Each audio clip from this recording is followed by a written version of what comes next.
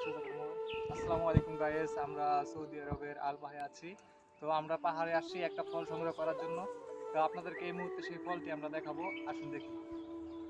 দেখো আমি কাটি, ধরো আমার দিকে ধরো।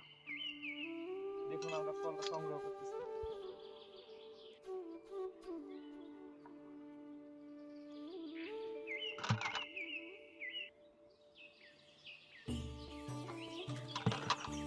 ওই যে কাঠ, ওই ঝোপে আমার এটা সেই এই ঝোপে টান দেখো দেখো।